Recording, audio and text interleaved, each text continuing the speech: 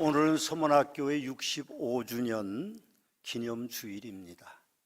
서문학교에는 1957년 5월 1일 충남 대덕군 기성면 도안리에 박용금이라고 하는 자매, 아가씨였습니다. 그분의 가정 사랑방에서 도안교회라는 교회명으로 김인봉 전사님이 개척하셨습니다. 그 이듬해인 1958년 8월에 미국 선교부의 지원을 받아서 땅을 매입하고 16평의 교회를 건축했습니다. 19년이 지나서 1979년 4월 30일 제11대 담임 목사님이셨던 신풍호 목사님이 충남 대덕군 기성면 가수원리에 대지 40평, 천막교회 15평, 사택 8평을 건축하여 이전하고 교회 이름을 서문화교회라는 이름으로 개명했습니다. 1980년 5월 4일 충남 대덕군 기성면 가수원리에 가수원 감리교회를 매입해서 이제 교회를 다시 이전하게 됐습니다. 1983년 7월 1일 배재인 목사가 12대 담임 목사로 부임하고 10년이 지난 후에 1993년 10월 10일 대전광역시 서구 가수원동 656-43번지에 이제 땅을 매입하여서 예배당을 건축했습니다. 그곳에서 7년의 세월이 지나고 2000년 5월 1일 대전광역 서구 관조동 1108번지에 704평의 대지를 매입하여서 교회를 건축하여서 여러분의 증축공사를 하고 오늘에 이르렀습니다.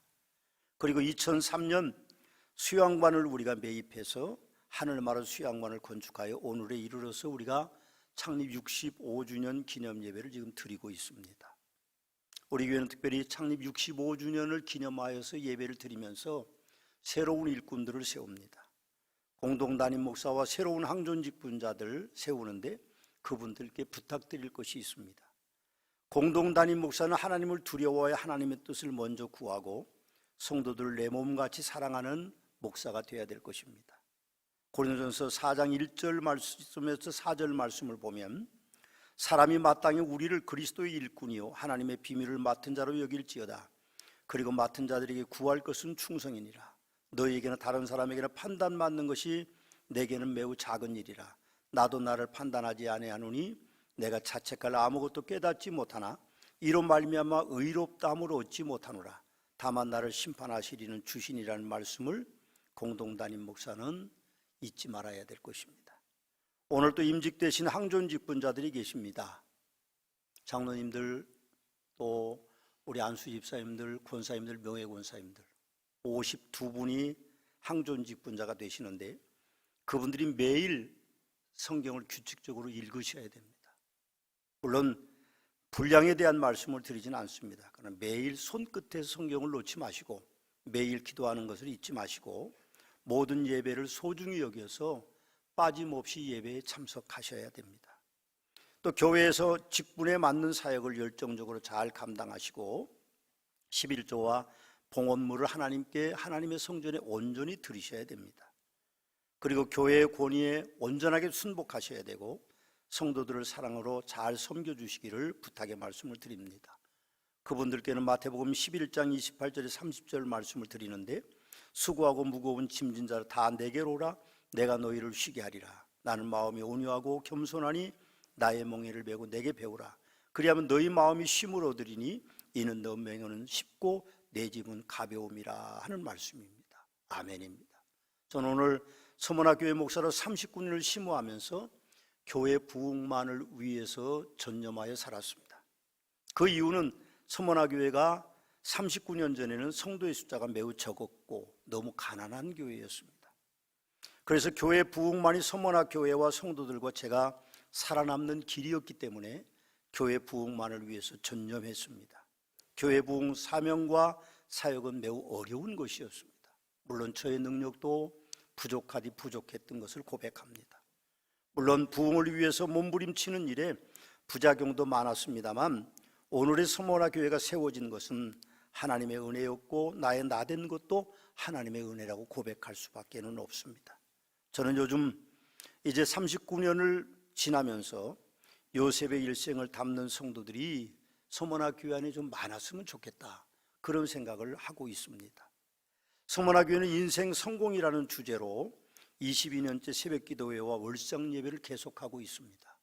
지금 프랭카드가 띄었습니다만 사무실 쪽으로 들어오는 공간에 네모 반듯하게 인생 성공, 그 새벽기도가 그것에 기록되어 있던 걸로 여러 번 바꾸었는데 이제는 붙여놓고 있지는 않지만 저는 그런 마음으로 서머나교회가 요셉처럼 성공하는 분들이 좀 많았으면 좋겠다, 그런 생각을 갖습니다. 물론 그것이 기복신앙이라고 그렇게 말하는 분도 혹시 있을지 모르지만 우리는 너무 가난했고 너무 작은 교회였기 때문에 그게 어떤 교만도 아니고 사치도 아니었습니다. 당면해진 우리의 어떤 과제처럼 우리 교회는 그것이 달라붙어 있었습니다. 그래서 저는 성공 인생을 간판을 붙이고 22년째 관저동 성전에서 예배를 드리고 있습니다. 저는 요셉의 꿈이 이루어진 것은 그가 잘났기 때문이 아니라 기도의 순결한 결정체라고 생각합니다. 요셉은 야곱의 11번째 아들이었습니다. 여러분, 그 앞에는 10명의 형들이 있고 그 밑에는 자기 동생이 베냐민이 있었습니다. 그런데 아버지는 이 요셉을 장자처럼 여겼습니다. 그래서 채색 옷을 그에게 입혔습니다. 그것은 그가 사랑하는 여인은 오직 라헬 한 사람이었기 때문에 어쩔 수 없이 아내를 셋을 거느리고 있었습니다만 가장 사랑하는 여인에게서 늦게 얻은 아들인 요셉을 장자처럼 그렇게 생각했던 것이죠. 당연히 형들의 시기와 질투를 사게 됐고 그것 때문에 형들의 분노가 일어났던 것이죠. 더구나 요셉은 어느 날 잠자고 일어나서 꿈 이야기를 형들에게 하는데 형들의 곡식단이 내 단을 향하여 엎드려 절하더이다, 그렇게 이야기하고 어느 날은 아버지 어머니와 형들이 있는 데서 아버지 어머니를 향하여서 해와 달이 나를 향하여 엎드려 절하고 그리고 11개의 별들이 나에게 절했다는 이야기를 했을 때 형들의 진노는 극에 달했죠. 결국 형제간의 갈등은 파멸로 치달았습니다. 10명의 형들은 아버지의 심부름으로 광야의 심부름은 요셉을 죽이기로 작정했습니다. 그러나 막상 형제이기 때문에 죽이지는 못하고 깊은 웅덩이 속에 가두어서 죽기를 기다리다가 마침 임마누엘 대상들이 지나가니까 그 이스마엘 대상들에게 은 20에 팔아버렸습니다. 그때 요셉의 나이는 겨우 17이었습니다. 애굽으로 팔려간 요셉은 애굽왕 바로의 시대장 보데발의 집에서 종으로 10년을 살았습니다. 그곳에서 10년 동안 살면서 하나님이 함께 하심으로 그는 놀라운 능력을 발휘해서 애굽 사람이 아님에도 불구하고 가나안 사람의 이스라엘 족속인데도 불구하고 가정을 총괄하는 집사가 되어서 집주인 아내를 제외하고는 모든 것을 관리할 수 있는 능력을 그가 가지고 있었습니다. 호사다마라고 문제는 보디발의 아내가 요셉을 유혹하기 시작했습니다. 결국 그것이 문제가 돼서 그 유혹을 여러 번 유혹을 거절하는 일로 모함을 받아서 감옥에 수감되었습니다. 제가 생각하기는 보디발 장군도 아내의 행실을 익히 알고 있었기 때문인지는 모르지만 요셉을 죽일 수 있었는데 죽이지 않고 왕의 감옥에 그를 가두어 버렸습니다. 그러나 감옥에 들어간 요셉은 3년 동안 있으면서 하나님이 함께 하심으로 놀라운 능력을 발휘했습니다. 그래서 감옥을 총괄하는 집사의 역할을, 그 직책을 맡게 됐던 것이죠. 꿈꾸는 자 요셉은 감옥에서 바로 왕의 술 맡은 관원장과 떡 맡은 관원의 꿈을 해석하고 그것이 그대로 이루어지는 것을 보고 그는 이제 그곳에서 하나님이 건져주실 줄 알았는데 2년 동안을 감옥에서 더 있었습니다. 여러분, 우리가 생각해 보면 안타까운 일이죠. 그런데 그 나이가 비로소 30세가 됐습니다. 유대인들은 30세가 될 때만 사회활동을 시작할 수 있도록 율법이 정해져 있기 때문에 30세가 될 때에 애굽에서 그가 총리가 됐습니다. 저는 그것을 보면서 그런 생각을 가졌습니다. 마음의 경영은 사람에게 있어도 말의 응답은 여호와께로부터 나오느니라. 너의 행사를 여호와께 맡기라. 그리하면 내가 경영하는 것이 이루리라는 잠언의 말씀들이 그대로 이루어지는 것을 저는 요셉의 삶을 통해서 봤습니다. 요셉 총리는 자신의 꿈 해석대로 7년 풍년을 잘 관리했습니다. 그리고 7년의 기근을 그는 극복했습니다. 그의 입지는 더더욱 굳건해질 수밖에 없었죠. 7년 기근은 가나안을 포함한 근동 지역의 모든 나라까지 피해갈 수 없는 기근이었습니다. 그 기근을 계기로 요셉은 아버지의 후손 70명을 애굽으로 이주시키죠. 이 일은 창세기 15장에 아브라함에게 하나님 말씀하셨던 400년 동안 이방에 객이 되어 그들을 섬기고 괴로움을 당하는 예언들이 그대로 성취되는 하나님의 역사였습니다. 오늘 설교 본문인 창세기 50장에 보면 요셉이 그의 아버지의 가족과 함께 애굽에 거주하여 110세를 살며 형제들에게 이르되 나는 죽을 것이나 하나님이 당신들을 돌보시고 당신들을 이 땅에서 인도하여 내사 아브라함과 이삭과 야곱에게 맹세하신 땅에 이르게 하시리라. 하나님이 반드시 당신들을 돌보시리니 당신들은 여기서 내 해골을 메고 올라가겠다고 약속해라고 유언을 남깁니다. 250년이 지나서 출애굽기 13장 19절과 여호수아 24장 32절 말씀에 보면 요셉의 유언대로 이스라엘 백성들이 430년 만에 애굽을 탈출하면서 요셉의 시신을 수습해서 가나안 땅에 가서 이장을 하는 내용들이 나오고 있음을 우리는 봅니다. 많은 학자들은 요셉의 생애를 보면서 이는 예수 그리스도의 모형이라고 말합니다. 은 20에 팔린 것, 은 30에 팔린 것과 똑같은 의미를 가지고 있기 때문에 그렇고 민족을 구원하는 그리스도의 예표라고 예수님과 같은 이제 의미로 그렇게 주장하고 있는 학자들도 있습니다. 여러분, 요셉은 그의 형들이 말하고 있는 것처럼 꿈꾸는 자였습니다. 저는 요셉의 성공 신화는요, 그의 능력에 있다고 생각하지 않습니다. 그의 기도의 결정체라고 생각합니다. 사실 요셉의 기도문이 성경에는 단 한 줄도 한 구절도 기록되어 있는 것은 없습니다. 아무리 찾아봐도 요셉이 기도했다는 기록은 없습니다. 그렇지만 요셉의 삶을 묵상하면 할수록 그는 진정 무시로 기도하는 사람이었다는 생각이 저는 듭니다. 요셉의 꿈 이야기도 형들의 시기를 사서 이제 웅덩이에 갇혔을 때도, 애굽으로 그렇게 팔려갔을 때도, 감옥에서의 삶도, 관원장과 바로의 꿈을 해석하는 그 일로 통하여서 그가 낙심했을 때도 그는 기도의 사람이 아니고는 그 어려운 고난을 헤쳐나갈 수 없었을 것입니다. 여러분과 저의 삶도 마찬가지입니다. 우리가 살아왔습니다만 이 세상은 점점 더 험악해지고 우리는 연약해지고 있습니다. 일부 예배 때 제가 교회로 들어오면서 저와 나이가 똑같은 한 분 집사님의 뒷모습을 봤습니다. 깜짝 놀랐습니다. 자주 보는 사람인데 어떤 노인이 지나가는데 저는 깜짝 놀랐습니다. 그분은 아주 건장하고 그리고 수영을 즐기는 분이시고 힘든 일도 거뜬히 해내는 분인데 좀 뒷모습을 바라다 보니까 많이 늙으셨더라고요. 안타깝습니다. 세상은 그렇게 점점 더 우리를 연약하게 만들어가고 있습니다. 안타깝게도 우리는 이 세상에 발을 딛고 살아갈 수밖에 없는 존재입니다. 그러나 우리가 할 수 있는 일이 있다면 그것은 기도하는 일입니다. 우리가 기도함으로 우리의 인생 성공을 이룰 수 있다는 사실을 한시도 의심하지 마시고 수시로 무시로 기도하시는 복된 성도들이 되시기를 주님의 이름으로 축원합니다. 또 요셉의 기도는 자신이 하나님의 사람임을 잊지 않는 것이었습니다. 요셉은 꿈을 버린 적이 없었습니다. 형들의 시기 질투 중에도 요셉은 꿈을 잊어버리지 않았던 것이죠. 애굽에서 종으로 살아간 13년 고난의 세월 중에도 요셉은 꿈을 잊어버리지 않았습니다. 어쩌다 정말 어쩌다 애굽의 총리가 되었어도 자신의 꿈을 이루기 위해서 그는 기도하지 않을 수가 없었습니다. 왕 앞에 꿈을 해석한 7년의 풍년과 7년의 기근을 어떻게 그가 미리 내다볼 수 있겠습니까? 그는 기도했을 것입니다. 그 일의 성취는 무시로 기도하는 사람이 아니면 불가능한 것이죠. 저는 39년 동안 서머나교회 목사로 사는 동안 고난이 엄습해 올 때에 고린도후서 4장 8절에서 10절을 기억했습니다. 우리가 사방으로 우겨싸움을 당하여도 쌓이지 아니하며 답답한 일을 당하여도 낙심하지 아니하며 박해를 받아도 버림받지 아니하며 거꾸로 트임을 당하여도 망하지 아니하고 우리가 항상 예수의 죽음을 몸에 짊어짐은 예수의 생명이 또한 우리 몸에 나타나게 하려 함이라 하는 말씀입니다. 지금 요셉이 누구입니까? 애굽의 총리가 아닙니까? 애굽은 당대 최고 강대국이었습니다. 그것도 그냥 총리가 아니라 7년 대기근을 무사히 넘기게 해준 위대한 지도자였습니다. 그러나 우리가 기억해야 될 것은 요셉이 위기를 극복한 지도자였고 근동지역의 가뭄으로 인해서 곡식을 매매하는 국가가 부강하게 되고, 그렇지만 요셉은 늙어가고 있고 요셉을 모르는 왕들이 백성들이 생기기 시작했습니다.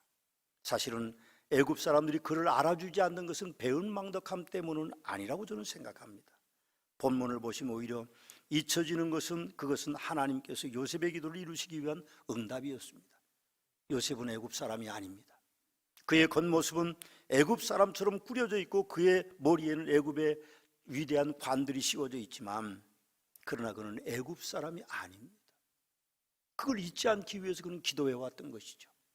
요셉이 그의 형제들에게 이르되 나는 죽을 것이나 하나님이 당신들을 돌보시고 당신들이 이 땅에서 인도하여 내사 아브라함과 이삭과 야곱에게 맹세하신 땅에 이르게 하시리라 하고 요셉이 이스라엘 백성들에게 맹세시켜서 내 해골을 메고 올라가라 그렇게 유언을 남겼다고 합니다.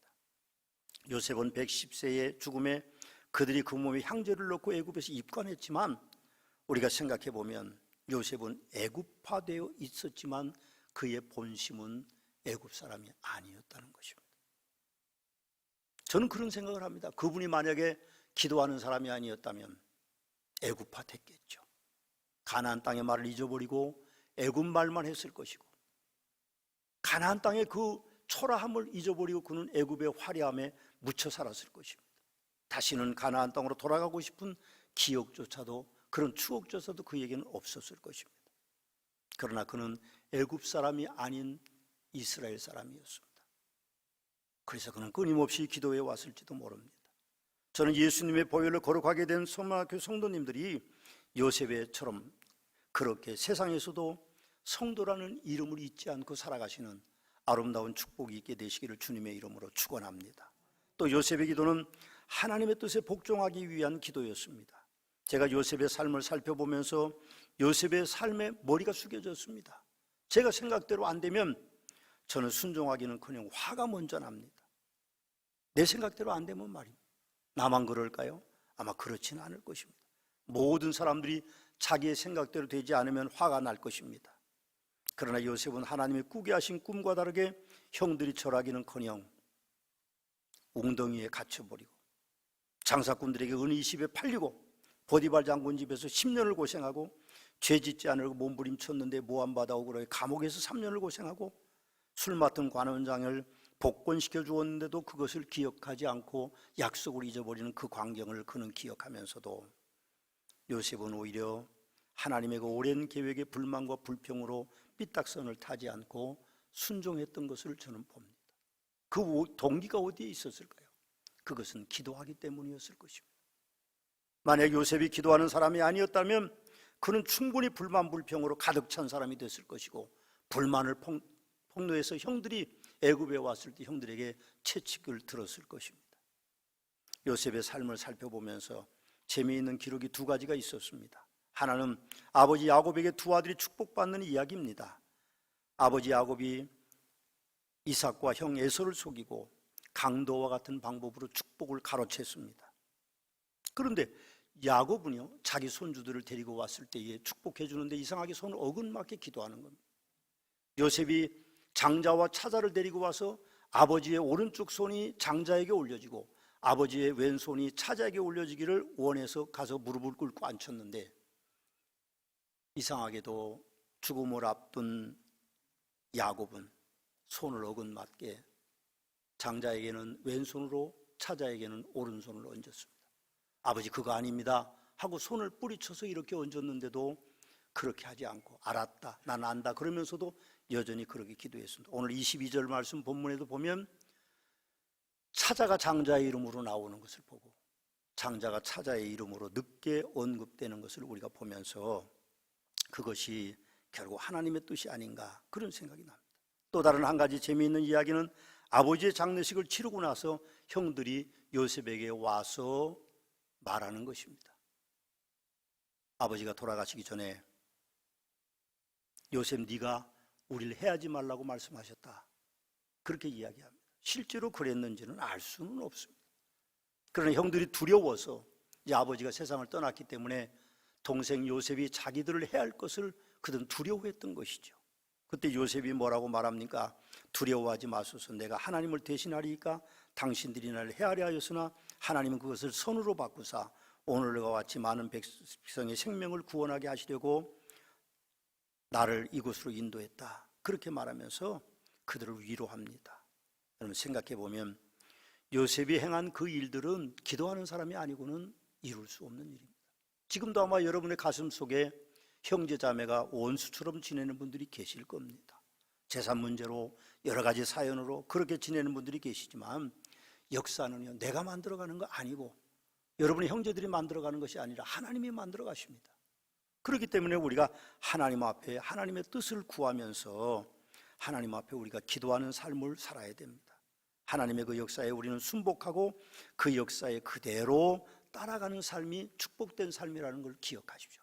혹시 그 삶이 불편할 수도 있고 손해보는 것 같을 수도 있지만 우리는 기도해야 됩니다. 하나님이 역사의 주인이십니다. 그분이 역사를 이끌어 가십니다. 또한 요셉의 기도는 끊임없이 하는 기도입니다. 끊임없이 기도하지 않고는 믿음을 지키기 어려운 것이 세상입니다. 예나 지금이나 똑같습니다. 사람들은요, 옛날에는 사람들이 죄악이 없다고 생각하면서 순했다고 생각하지만 그렇지 않습니다. 옛날에도요, 지금보다 못지않게 더 사람들은 악했습니다. 수많은 살인사건과 사기사건들과 여러 가지 참 생각할 수도 없는 엄청난 일들이 일어나고 있었습니다. 그런데 우리는 옛 것은 잊어버리고 지금 사람들이 악하다고 생각합니다. 야곱의 일생을 대비해 보면 더더욱 그렇습니다. 물론 요셉의 아버지 야곱도 애굽으로 내려가서 바로 왕에게 내 나그네 세월이 130년이니이다. 내 나이가 얼마 못 되니 우리 조상 나그네의 길의 연주에 미치지 못하나 험악한 세월을 보내었나이다라고 그렇게 이야기했지만 요셉의 삶도 아버지 풍우나 요셉 야곱 못지않게 파란만장한 인생을 살았습니다. 그러나 요셉은 기도하는 사람이라 꿈을 잃지 않았습니다. 사람들은 너나 나나 모두 다 내가 살아온 일들을 기록하면 책 한 권은 넉넉히 쓸 거라고 생각하지만 자서전을 쓰려고 생각하지 마십시오. 아무도 사는 사람도 읽어주는 사람도 없으니까 말입니다. 그저 우리가 짧은 인생을 사는데 하늘나라에 가는 순간까지 기도하고 쉬지 말아야 할 것입니다. 그것이 우리가 할 수 있는 유일한 방법입니다. 특별히 연세가 많으신 분들은 더 많이 기도하셔야 됩니다. 특별히 연세가 많으신 분들은 예배에 빠짐없이 나오셔야 됩니다. 우리가 예배 드릴 시간이 그렇게 많지 않습니다. 얼마나 남았겠습니까? 내 몸 불편하다고 걷기 힘들다고 예배를 여러분이 드리지 않으면 여러분이 그만큼 손해보는 겁니다. 누가 자식들을 위해서 기도해 줄 수 있습니까? 누가 자식들이 성공하기를 위해서 후원하면서 기도할 수 있습니까? 부모밖에는 없습니다. 그래서 우리 부모들은 어쨌든 교회 모든 예배에 나오셔서 자식들을 위해서 끊임없이 기도해야 됩니다. 또 서머나 교회 부흥을 위해서도 끊임없이 여러분들이 기도해 주셔야 서머나 교회가 좋은 교회가 될 수 있습니다. 히브리서에는 그런 말씀이 있습니다. 믿음이 없이는 하나님을 기쁘시게 못하나니 하나님께 나아가는 자는 반드시 그가 계신 것과 또한 그가 자기를 찾는 자들에게 상 주시는 것을 믿어야 할지니라는 말씀을 기억하십시오. 하나님 앞에 나와서 여러분들이 기도하시면 하나님께서 여러분의 기도를 응답해 주시는데 그 응답은요, 여러분의 후손들이 잘 되고 여러분이 강건해지는 놀라운 축복이 있는 것입니다. 마지막으로 요셉의 기도는 응답을 믿고 드리는 기도였습니다. 요셉은 어렸을 때 꿈을 꾸었어요. 저도 가끔 꿈을 꾸는데요, 주로 개꿈입니다. 여러분들은 신령하시니까 개꿈 아니고 진짜 꿈을 꾸시는지는 모르지만 대부분 99.999%는 다 개꿈이에요. 어쩌다 한번 꿈을 꾸면 그게 또 맞는 수도 있어요. 저는 꿈을 의지하지 않습니다. 꿈은요, 내 생각들이 99.999%고 나머지 1%는 하나님이 주시는 꿈일 수도 있습니다. 그런데 요셉은 어렸을 때 꿈을 꿨잖아요. 11명의 곡식단이 자기를 향하여 절하고 해와 달이 절하고 11별이 절하는 꿈을 꿨는데 사실은 그게 너무 어렸을 때 꾼 꿈이니까 자기 생각 없이 형들한테 얘기하고 엄마 아버지한테 생각 없이 얘기를 했으니까 그 꿈을 얼마나 그가 믿었을까요? 그럼 요셉의 꿈은 이스라엘 백성으로 가나안의 주인으로 살아야 한다는 꿈을 그에게 보여주는 꿈이었습니다. 그래서 오늘 25절 말씀에도 요셉은 내 해골을 가나안 땅으로 데리고 가라고, 그렇게 올라가라고 그렇게 말씀했던 것입니다. 히브리서 11장 22절 말씀에서는 믿음으로 요셉은 임종시에 이스라엘 자손들이 떠날 것을 말하고 또 자기 뼈를 위하여 명하셨다고, 그렇게 히브리서 기자는 그 요셉의 꿈 이야기를 다시 우리에게 꺼내들고 있음을 우리는 봅니다. 서문학교의 목사인 저도 기도의 응답을 믿고 기도했습니다. 39년 순간순간 삶을 되돌아보면 사실은 기도하지 않는 것도 이루어지지 않는 것들도 많았습니다. 그러나 세월이 저만큼 간 다음에 되돌아보면 하나님께서 항상 기도를 응답해 주셨다고 저는 그렇게 믿고 살고 있습니다. 요즘 저는 또 한 번 기도해 온 것이 이루어지지 않을 것 같은 목회 위기를 맞고 있습니다. 그렇지만 얼마의 시간이 지난 후에 다시 뒤돌아볼 텐데 그때 역시 지금까지 그래 오셨던 것처럼 하나님께서 여전히 그곳에 서 계신 것을 저는 보게 될 것입니다. 히브리서 11장 말씀을 마지막으로 봉독하고 말씀을 마치겠습니다. 이 사람들은 다 믿음을 따라 죽었으며 약속을 받지 못하였을 때 그것들을 멀리서 보고 환영하며 또 땅에서는 외국인과 나그네임을 증명하였으니 그들이 이같이 말하는 것은 자기들이 본향 찾는 자임을 나타냄이라. 그들이 나온 바 본향을 생각하였더라면 돌아갈 기회가 있으려니와 그들이 이제는 더 나은 본향을 사모하니 곧 하늘에 있는 것이라. 이러므로 하나님이 그들의 하나님이라 일컬음 받으신 부끄러워 아니하시고 그들을 위하여 한 성을 예비하셨느니라. 아멘. 우리는 기도해야 됩니다. 그 기도의 응답의 끝자락이 천국일 것입니다.